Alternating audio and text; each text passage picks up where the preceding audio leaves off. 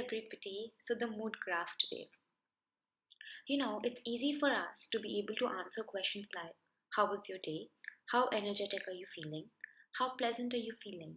Compared to be able to answer how are you feeling today or how did you feel throughout your day? So, if only I am able to identify how I felt, I will be able to manage that feeling, right? This is exactly what the mood graph helps you do. So now a basic do-it-yourself mood graph would look something like this. Let me walk you through the graph first. You take a sheet of paper, you make one big graph, the x-axis, the y-axis. Your x-axis is the measure of pleasantness.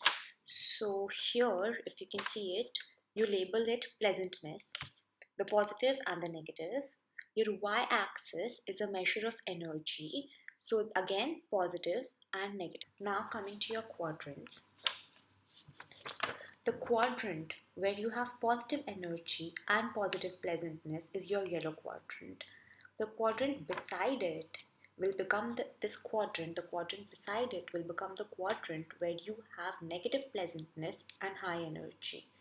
The quadrant below that, where you have negative pleasantness and negative energy, is your blue. And then the beside it, the one that you have positive pleasantness and negative energy, is your green. Coming to the emotions, we need to be able to identify our emotions on the basis of pleasantness and energy. So, say you feel very pleasant and you have extremely high energy. What kind of things would you want to do then? Maybe go for a run, or play a game, or solve a puzzle, go work, right? Extremely motivated. So, all these emotions like motivated, energetic, curious, these come in your yellow.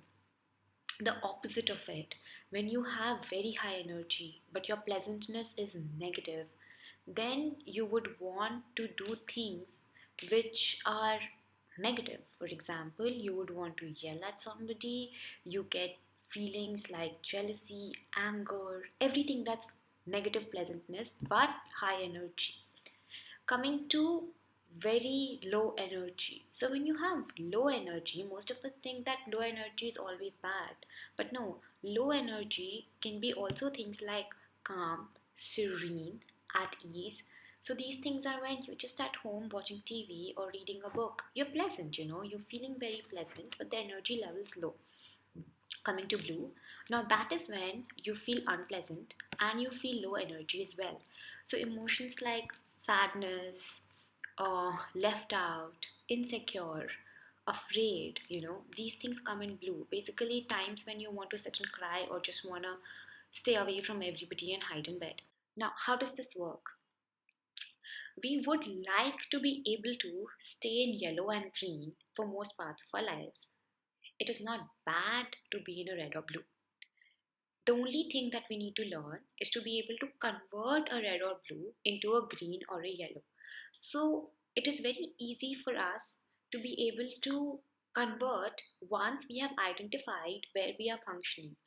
Only when you've identified that you have very high energy and you're feeling unpleasant, you can find a thing that makes you feel pleasant. So, this is how anger works for a lot of people, that when they're extremely angry, they might want to do things like, maybe yell at somebody, but they might control their anger by going for a run. So, what is happening? You're converting an unpleasant activity into a pleasant one. For some people, when they say they feel sad, they like eating, or they feel stressed, they like eating. What's happening? Sadness is making you low on energy and feel very unpleasant. The food that you're eating is making you feel pleasant. So then from a blue, you shift to a green so that you start feeling calm. After eating, you might not feel sad, you might feel at ease. Your energy is low, but you've shifted yourself into a pleasant side. So, what the goal of making a mood graph is that every day at some point of the day, maybe you can do it at a fixed time, or you can do it when you feel emotionally vulnerable, or whatever works the best for you. You pick a put a point in the mood graph. It's okay if you don't have a word to put in the graph, you don't have a vocabulary to the emotion that you're feeling, but I want you to be able to put a spot. Like the more up you go, it's more positive here, right? So if you have very, very high energy, if tonight I ask you how your day was, and you say that, yeah, I had full energy, but I didn't feel very good, it means you were somewhere in the red quadrant, right?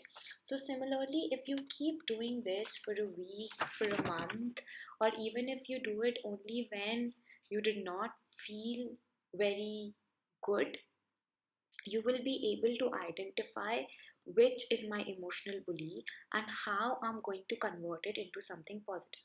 Let me give you a real life example that for somebody who doesn't recognize that something was off but knows that have not been feeling very pleasant, but recognizes that even though I haven't been feeling very pleasant, it's not like I have spent my time doing nothing, can easily be able to identify that what management tool subconsciously he's been using to convert the unpleasant into pleasant.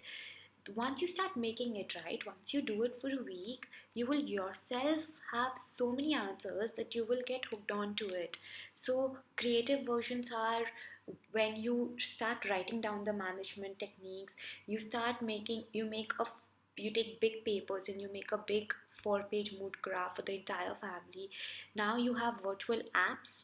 You have apps on App Store, the mood graph app. So I will just put the links below that you can use. Please try it. Even though it might sound far fetched, you think you wouldn't be able to do it, you think there's no result coming out of it, just stick with it for 2 weeks. Put a spot in it whenever you remember to put, or better still, do it before you sleep, do it every morning, ask yourself how you're feeling, and fill in your mood graph and see the magic.